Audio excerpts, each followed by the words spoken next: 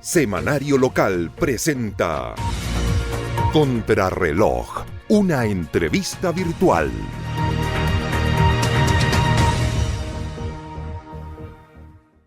Hola, ¿qué tal? Muy buenas tardes. Bienvenidos a una nueva edición de Contrarreloj, un microprograma que hemos instalado a través de las redes sociales a objeto de, junto a Bernardo Candia, conversar temas que son de interés y que marcan la contingencia a todo nivel, tanto nacional, también internacional, y aspectos claros que van marcando o definiendo las posiciones que tenemos con respecto al quehacer, a lo que sucede, a lo que acontece en nuestro entorno como habitantes de un territorio eficazmente organizado. No sé si eficazmente está además, yo creo que organizado nomás, porque eficazmente no tanto.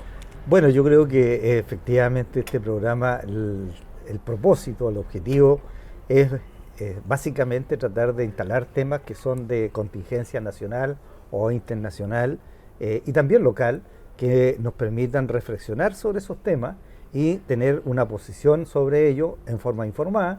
De hecho, hoy día nos faltó el libro, sí, pero quiero recomendar un libro que es de Joseph Schumpeter, que es sobre el capitalismo, el socialismo y la democracia.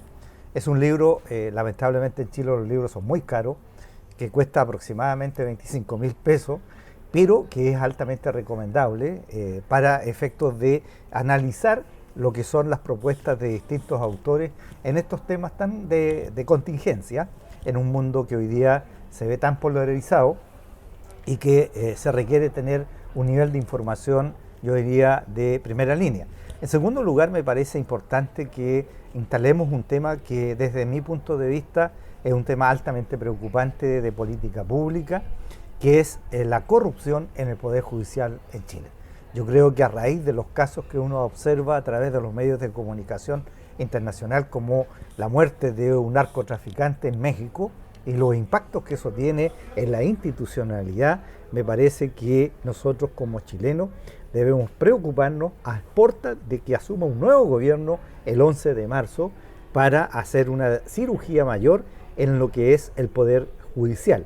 Y también tratar el tema, que no es menor, que nosotros lo hemos visto acá tangencialmente, de lo que es la geopolítica, en donde vemos que hoy día, precisamente, un ataque de Estados Unidos y Israel contra Irán, además en un proceso que estaban de diálogo, de construcción de alternativas, en donde pone en peligro no solamente el Medio Oriente, sino que al mundo en general, la estabilidad, la economía, y países como los nuestros van a sufrir los impactos de esto si se prolonga. Ojalá esto sea de corta duración y la sensatez vuelva a imperar en nuestros líderes internacionales. La muerte de Ali Khamenei fue informada a eso de las 15:30 horas de este día sábado, más o menos, indicando que él junto a su ministro de Defensa habían fallecido en este ataque. Se espera la confirmación de la noticia, pero sí, obviamente esto puede impactar por varios aspectos, entre ellos la instalación de estos portaaviones norteamericanos controlando la salida, lo que va a mermar el flujo de petróleo hacia América y con el proceso. Bueno, yo sigo pensando exactamente lo mismo lo que hemos estado conversando en relación a este nivel de prepotencia de Estados Unidos, que busca obviamente el petróleo. Irán no es para nadie un desconocimiento que tiene, digamos, una de las principales reservas de petróleo, y ellos requieren ese petróleo, como también las grandes potencias como son China, la India, que también se nutren de este petróleo, y por lo tanto yo creo que de alguna forma va a ir imperando la sensatez, yo espero, y que en realidad hoy día la desinformación, uno no sabe si es verdad lo que dicen o es mentira, porque estamos en Occidente, y en Occidente hay filtros, se filtran las noticias, no todo lo que se comunica muchas veces es verdad. Entonces habrá que esperar si es verdad que mataron al líder religioso, que ni siquiera es el presidente de Irán, y por lo tanto veamos cómo evoluciona esto. Pero lo preocupante es que se introduce nuevamente una variable de inestabilidad en el mundo, y las consecuencias las pagamos todos, independientemente si somos parte o no de un conflicto que está muy lejano de nosotros, pero que también nos nutrimos de petróleo, que necesitamos de este combustible para poder hacer operativo el sistema. Y yo espero que ojalá estas cosas cambien, pero lamentablemente van a ser 3 años con este presidente de Estados Unidos que es impredecible y que se cree el nuevo Carlomagno del mundo, y por lo tanto hace lo que quiere, junto a otro, yo diría, y en eso no me cabe la menor duda, que es un asesino, el Netanyahu. Mataron 70.000 personas ahí en Cisjordania, y además de esos 70.000 personas, 15.000, Claudio, son cabros chicos, son niños. Entonces, si eso no tiene un impacto para el mundo cristiano, yo no sé qué cosa, porque de repente aquí se mata personas en nombre de Dios, como que si Dios permitiese o quisiese que mataran a sus hijos. Yo no concibo ese tipo de cosas. Bueno, ese es un tema mucho más complejo, mucho más profundo con respecto a la voluntad de Dios sobre la vida de las personas en conflictos de guerra, porque finalmente quien tiene la razón tiene que definirse con parámetros mucho más amplios. Lo que sí está claro es que esta situación que está afectando hoy día a Irán no es preocupación comunicacional de los países que están al entorno, pero nadie mueve un dedo para influir sobre la decisión norteamericana. Lo mismo pasa con Cuba, con este bloqueo que ha mantenido Estados Unidos, que hoy día se plantea que hay unas conversaciones ahí para ir cambiando el gobierno de Díaz-Canel a un sistema distinto, donde el primero en retirarse de la mesa es la Unión Rusia, que ya no apoya a Cuba. Entonces, cuando existen este tipo de ataques a países, hay que considerar que quienes tienen la opción de colaborar y se retiran es porque le están dando carta blanca a quien sí está actuando. Porque al final tú estás enfrentando una gran potencia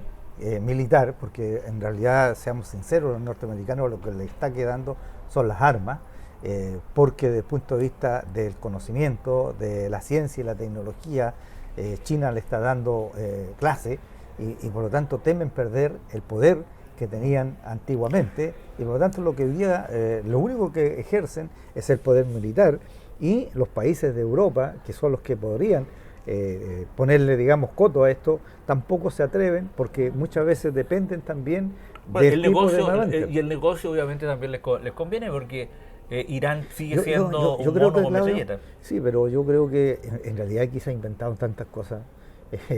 Yo todavía me pregunto dónde está las armas masivas las armas, sí, y dónde están las armas o el narcotraficante de Groenlandia. Es decir, aquí estamos enfrente a un tipo nitómano que miente en forma descarada para hacerse de los territorios y de las economías de esos países. Entonces, y en eso lamentablemente estamos todos expuestos.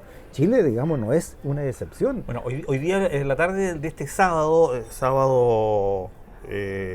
28 de febrero, la OPE, la oficina del presidente electo, emitió un comunicado de prensa destacando o señalando que Chile debe ser aliado de quienes promueven la libertad, en este caso adicionando su apoyo a lo que está haciendo Israel y Estados Unidos. Mira, esa es la posición oficial yo creo que, como dicen, electo. Ver para creer, porque en realidad el principal socio comercial de Chile no es precisamente el patrón del norte, sino que es el Asia, el Pacífico, con el 60% de nuestras exportaciones, más de 60.000 millones y créeme que la derecha en esto no se pierde. Va a defender sus intereses económicos, y por lo tanto a ese que está exportando cereza, el que está exportando carne, el que está exportando vino, sea lo que sea, le interesa mantener el negocio intacto, y por lo tanto, como dicen, ver para creer, porque en realidad estas declaraciones de buena intención, porque nuestros intereses comerciales con Estados Unidos, y está bien que la gente lo sepa, es el 14% versus el 60% que tiene China. Entonces, ¿con quién deberíamos tener buena? Yo creo que Chile tiene que tener una buena relación con todos, porque somos un país chico, abierto a la economía mundial, y por lo tanto saber inteligentemente moverse en un mundo en donde ser equilibrista va a ser, digamos, el gran desafío que va a tener nuestro amigo Mormón. el mormón Ah, Cast, ¿te acordaste gustó, de te la- gustó. sí, bueno. El pastor Rocha, lo viste, lo viste. Oye, ahora con respecto a esto del equilibrio, el cable que se está tirando entre China y Chile, ¿cuál es tu visión No, mira, o tu análisis? esto viene de hace mucho tiempo. O sea, que quien pretenda decir de que esto es un proyecto que es de ahora, de estos últimos 4 años, eso es mentira. Es un proyecto que viene hace ya más de 8 años. Yo me acuerdo haber tenido una conversación, imagínate, con el expresidente Frei en su oficina en Santiago, y ya se hablaba del famoso cable que venía desde el sur de Chile para conectar con Asia y el Pacífico, precisamente para fortalecer lo que era la comunicación con ese sector, que es en donde Chile está mirando para sus exportaciones. También había otro, que es el de Google con Chile, que va desde Chile, Norteamérica, Australia, que yo entiendo que es el que está más avanzado, y por lo tanto yo creo que acá lo que se queda de manifiesto no es que te vayan a espiar, sino que básicamente que Norteamérica no quiere a China metida en América. Claro. Cuando los americanos hablan de América, están pensando en Norteamérica, no están pensando en Sudamérica, en Centroamérica. Por lo tanto, cuidan su patio trasero. Cuidan lo que ellos creen que es de ellos, que es distinto. Ahora, ¿afecta esto? Bueno, esto es la manifestación más palpable de que todos estamos metidos en un tema en donde las grandes potencias se reparten el mundo, y lamentablemente Chile va a estar dentro del jamón, porque claro, en el sándwich, digamos, somos... Creo que en la esquinita del jamón. Claro, entonces, ¿con quién estamos? Claro. ¿Qué hacemos si no tenemos ni la capacidad bélica para defendernos, ni tampoco, además, bélicamente dependemos de Estados Unidos? Nuestros Y de Israel. 46 F-16 se los compramos a Norteamérica. Entonces es muy complejo para los países pequeños como los nuestros, en un mundo polarizado, de donde tienes grandes potencias, tener una voz. Una voz potente, y América hoy día nadie la escucha. O sea, para ser sincero. yo no sé si una voz potente, yo creo que un ruido potente. O por lo menos, pero hoy día nosotros estamos tan divididos en América Latina, por lo menos históricamente lo hemos estado. Ninguna de las organizaciones que se han tratado de organizar para representar y tener una sola voz ha resultado, porque como dice el dicho antiguo, dividir para reinar. Ahora, en este péndulo político donde pasamos de un gobierno de Boric, que él se consideraba a la izquierda de la izquierda, a un gobierno de Kast de la derecha, ¿es válido dejarle bandejeado algunos problemas o algunos temas para que basados en la continuidad de las políticas de Estado? Todos los gobiernos quedan con temas pendientes que van a traspasar los gobiernos. Entonces, acá habrá que asumir una realidad, y asumir esa realidad tendrás que tener, digamos, una estrategia, que ahora hay que incorporar el factor que nosotros hemos estado planteando acá, que es la geopolítica, claro, en las relaciones internacionales. Entonces, si no se incorpora este eje en el análisis estratégico, bueno, Chile va a seguir estando inmerso en conflicto entre las grandes potencias, porque nosotros, como tenemos una economía de mercado abierta al mundo, negociamos con la India, negociamos con China, negociamos con la Unión Europea y también con Estados Unidos. Entonces, en un mundo abierto, nosotros como país chico nos interesa que eso se mantenga, pero cuando ya te están diciendo que usted tiene que tener un comportamiento y una conducta que yo te estoy obligando, ya es distinto, porque eso es una intromisión en la autonomía de cada país. Entonces la pregunta es, ¿somos tan autónomos? ¿O tan nacionalistas como para salir a defender posiciones frente a lo que puedan mandar otras economías? Mira, en esto, mis amigos de derecha que siempre han sacado a relucir este patriotismo, hoy día están calladitos, hoy día van a estar en silencio, porque a ellos lo único que les interesa no es la patria, les interesa la plata, les interesa ganar, tener ganancia. Como dice el capital financiero, no tiene patria. Claro, y el dinero sin color. Sí. Así es. Oiga, otro de los temas que ha sido también mencionado la semana y que lo planteó usted al comienzo es la crisis a raíz de las situaciones que se han detectado en Gendarmería. Mira, eso para mí es un tema muy preocupante desde el punto de vista de lo que nosotros observamos como país.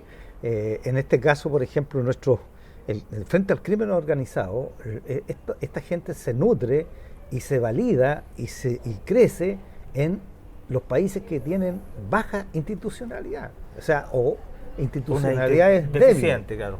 Entonces, cuando tú observas que el Poder Judicial, que es un poder, digamos, en Chile, que siempre se respetó y que se creía que eran verdaderos paladines de la honestidad. Bueno, tenemos que en la Corte Suprema un individuo, un abogado de baja monta como Hermosilla, trató de nombrar, al igual que Caradima.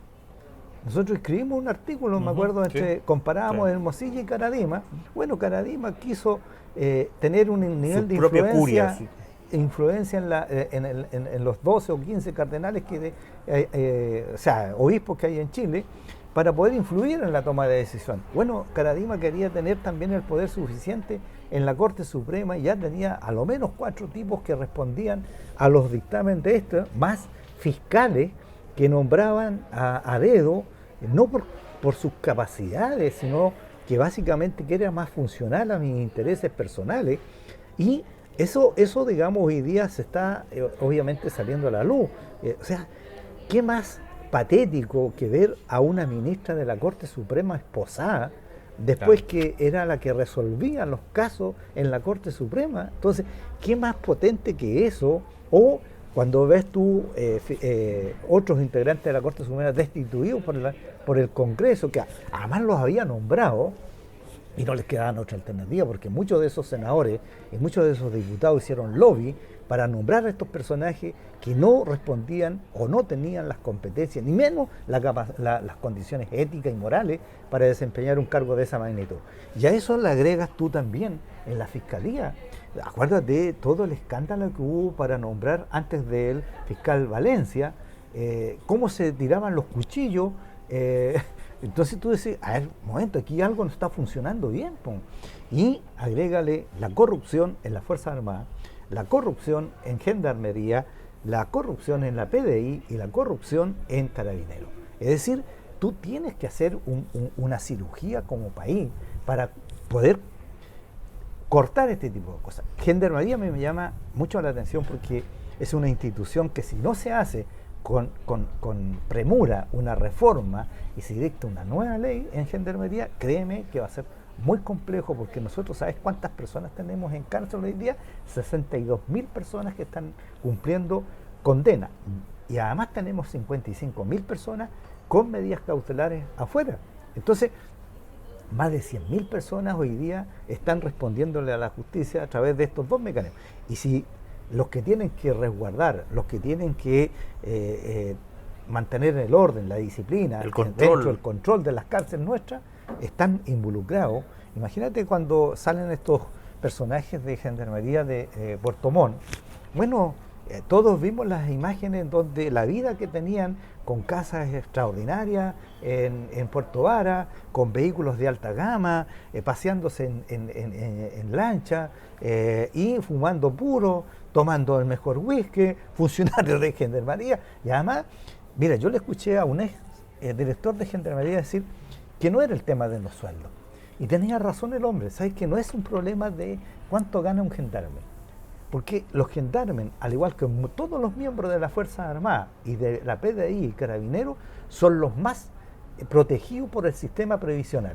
Los tipos jubilan con el 100% de su sueldo. Y por lo tanto, de último sueldo. Entonces, tienen privilegio, además, solamente pueden trabajar 25 años. Con 25 años tú te jubilas. Pueden retirarse, claro. Se pueden retirar. Que yo tengo un sobrino que se retiró, imagínate, con 45 años.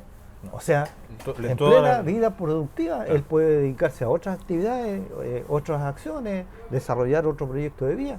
Y además ya tiene garantizado su futuro porque tiene una jubilación prácticamente con el 100% de su sueldo.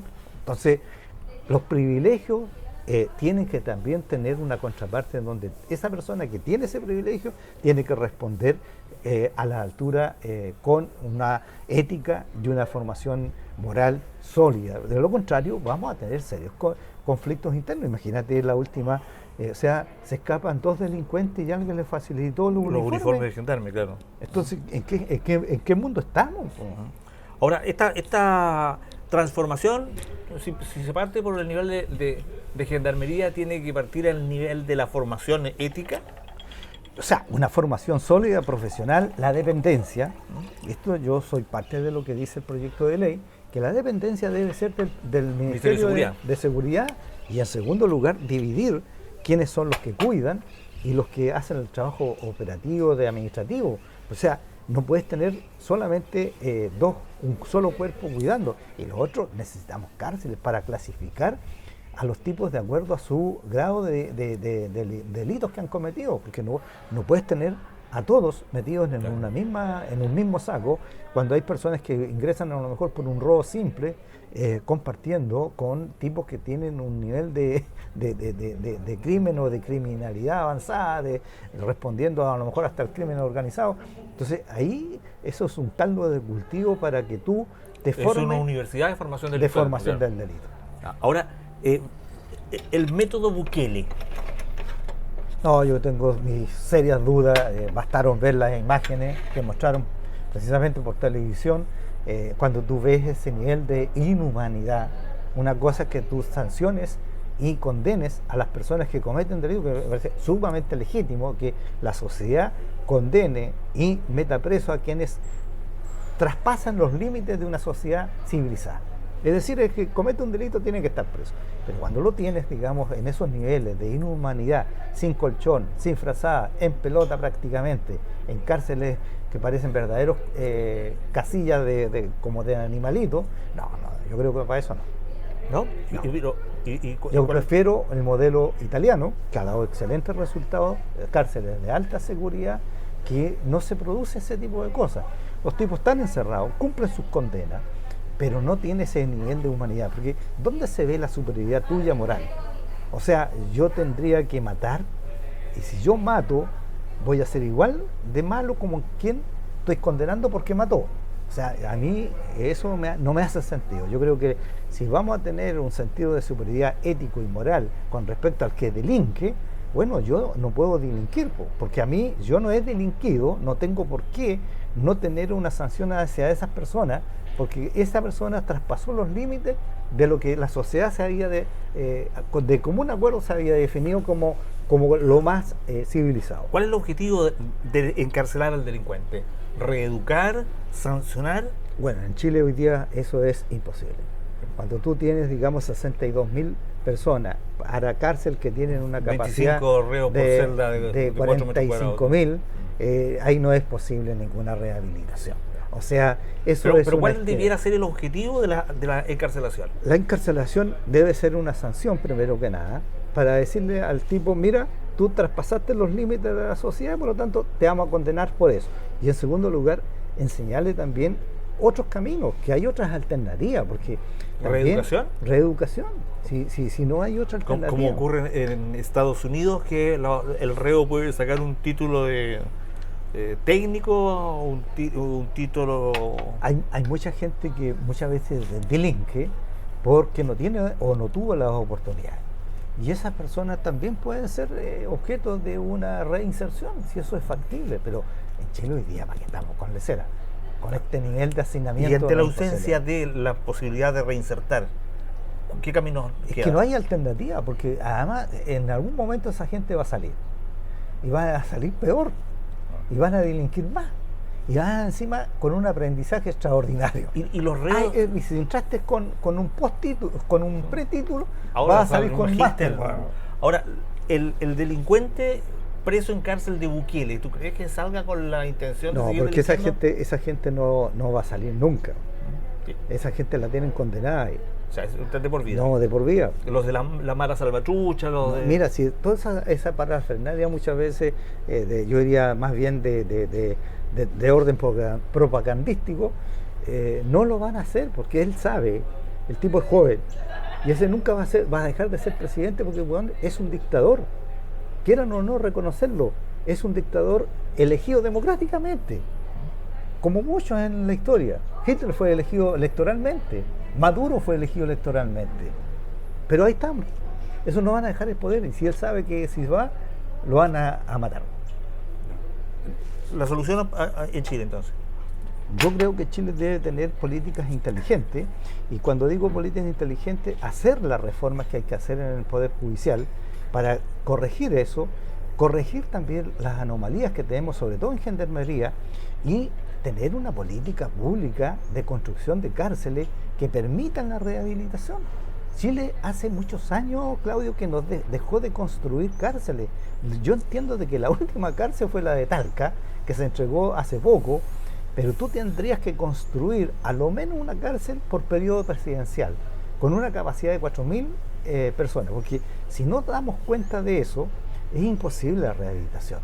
Y hay mucha gente a lo mejor que puede tener esa posibilidad rehabilitando. Y para aquellos presos que están condenados y rematados, como dicen internamente, bueno, a esa hay que tener cárceles especiales como la tenían, por ejemplo, para el crimen organizado en Italia, y que les ha funcionado.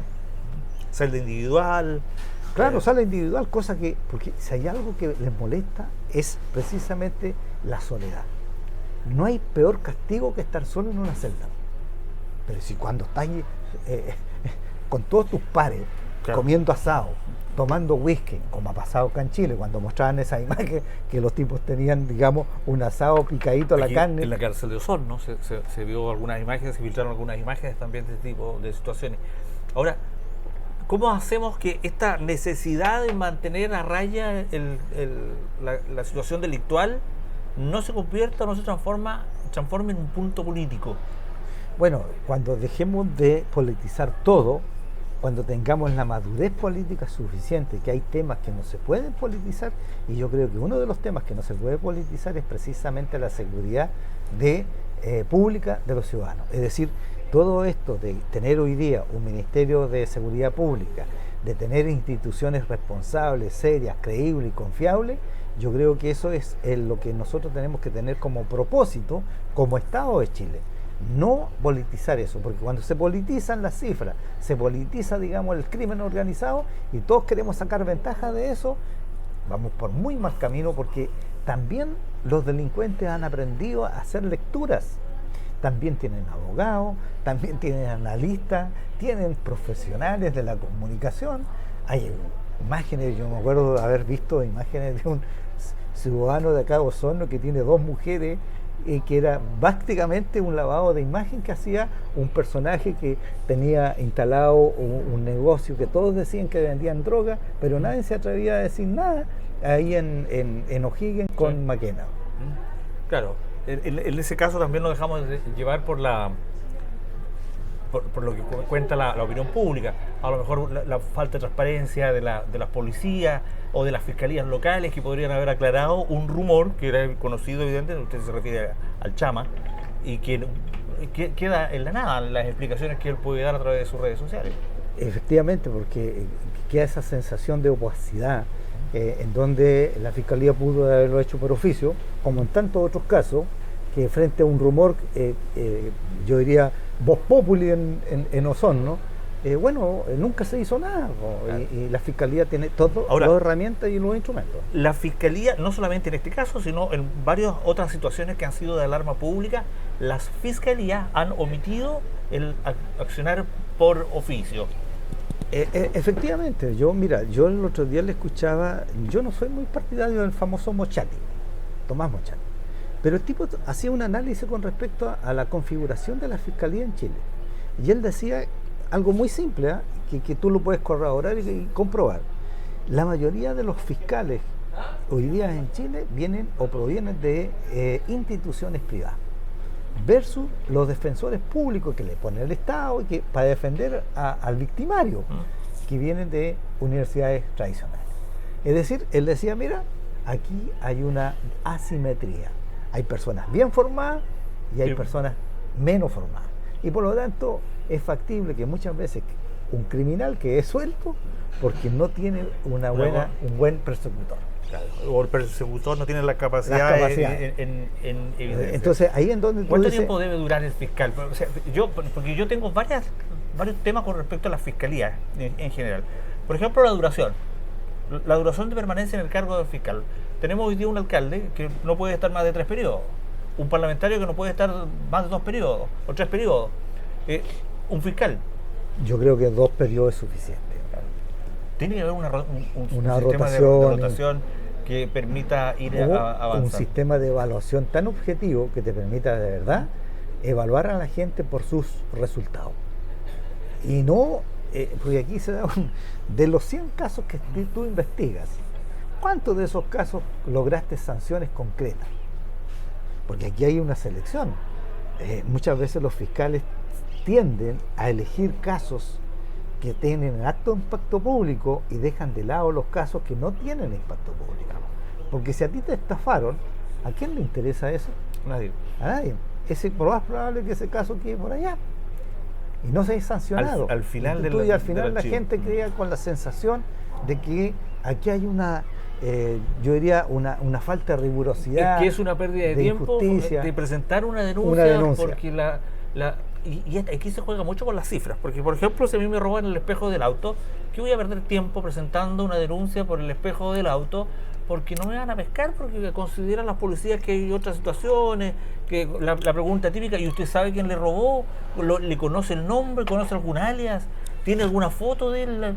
Entonces al final uno va a perder tiempo al presentar la denuncia. Claro, ¿Pero qué dice en su informe la policía? Claro. Dice, disminuyó el robo de espejos de nosotros. No ha disminuido. Lo que pasa es que nadie quiere denunciar el tema para no perder tiempo. Claro, porque al final de cuentas, si de las 100 denuncias revisaste una o dos o tres, y el resto dice se siente en la impunidad. A mí me llamaba la atención el tema de los cajeros automáticos con cámara, entraban, te clonaban la tarjeta, te sacan el dinero y resulta que nadie sabía quién era y las cámaras de vigilancia y el tema del... Bueno, ahí tú tocas un tema que no es menor. ¿Qué pasa con las cámaras instaladas por todos los municipios en sus territorios? Claro. ¿Cuánto? A ver, la pregunta sería, de esas 70 cámaras que algunos tienen, ¿cuántos crímenes se han resuelto producto del aporte que han hecho las cámaras? ¿Cuánta prevención han hecho? Pero se supone que esta gente, tú tienes las 24 horas y una persona que está mirando las cámaras. Entonces tú dices, bueno, ¿y esto de qué nos sirve? ¿Tiene resultado? ¿Tiene impacto? ¿O simplemente es una cosa comunicacional? Claro, yo creo que comunicacional. Ahora está saliendo un tema que no es menor, esta cosa de que seguridad pública municipal se está dedicando a sacar parte. Bueno, eso no es parte de las funciones del ADN en este caso, de la seguridad pública. La seguridad pública, la ley lo dice, tiene que tener políticas preventivas y no coercitivas. Y por lo tanto aquí pareciera ser que algunos encontraron un buen nicho de mercado para que esta gente empiece a sacar parte porque está mal estacionado. Esta ha sido una denuncia bastante generalizada, sobre todo en Osorno. Claro. Ahora,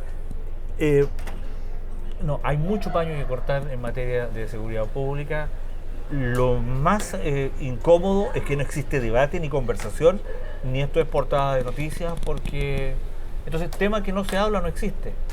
Efectivamente, o sea, si tú no te haces cargo de temas tan importantes como de una reforma al Poder Judicial, del mecanismo de nombramiento de los integrantes de la Corte Suprema, porque mira, aquí es probable que en Chile, y esto es histórico, es la primera mujer que cae presa como ministra, ex ministra de la Corte Suprema, pero hay 4 más que podrían ser objeto de la misma sanción. Claro. Entonces tú dices, 5 integrantes de la Corte Suprema de Chile, yo que me gusta la historia, no, desde O'Higgins a la fecha no he visto una cosa como esta. Claro. Ahora, ¿qué pasa con los colegios? Conversaba hace unos 10 años atrás con el honorable juez Cano y le preguntaba yo con respecto al colegio de ética de los jueces, si hay un manual de ética dentro de los jueces. Mira, a mí me llama la atención el silencio de los jueces.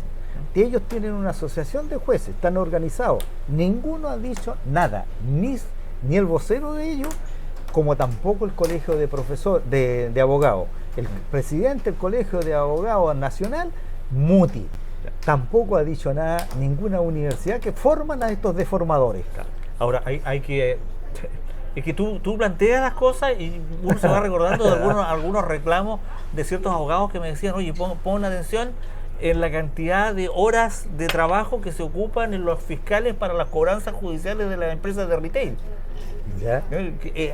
Hay harta cobranza judicial y eso pasa muy rápido, más que la resolución de casos de los juzgados civiles, por lo menos.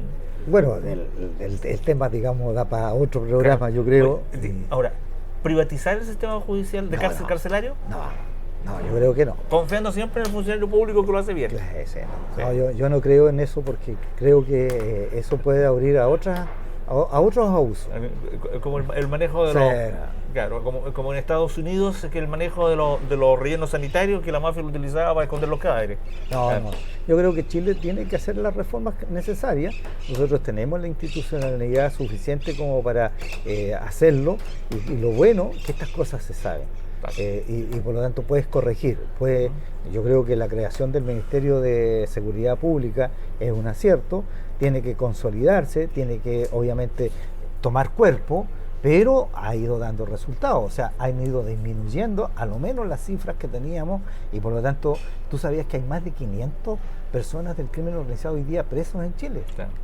Entonces, hay resultados. La gente cuando hace su trabajo, tiene resultados. Pero tiene que transparentarse para crear, Todo. mantener esta sensación de que la justicia está funcionando. Claro, O sea, es bueno que se sancione a los sinvergüenzas como a la ex ministra de Vivanco. así es. ¿Me entiendes? Es bueno que esa gente responda por su acto. Que se envíe señales. Señales claras.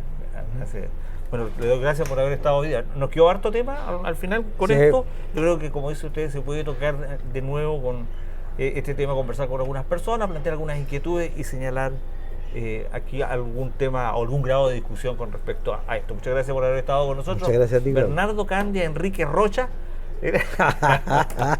Fantástico. Él estuvo con nosotros conversando hoy día en Semanario Local con respecto a esta situación. De vuelta de vacaciones, se ha terminado el mes de febrero, se termina hoy día el mes de febrero, comenzamos nuevamente un nuevo ciclo durante el año 2026 en el que esperamos estar cerca de usted para seguir conversando temas que sean de interés local, regional y nacional. Gracias, Bernardo. Muchas gracias a ti.